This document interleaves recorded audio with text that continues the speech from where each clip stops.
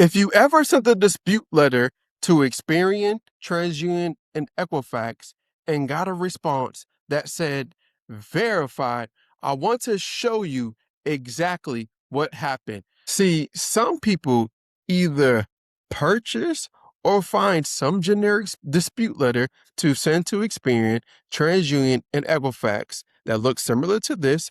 And I understand I was just like you. I didn't understand either. Found some letter and sent to Experian, TransUnion, Equifax, right? And as you can see, it's just please verify this account is reporting correctly. If cannot be verified, please remove it from my credit report, right?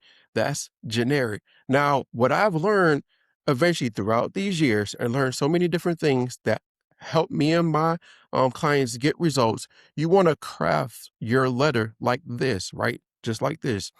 Have the information, but you want to screenshot the negative account, pinpoint the inaccuracies, find the violations, leverage the law to get the account removed from your credit report. And this is what's going to increase your chances of getting the account removed versus getting that verified dispute.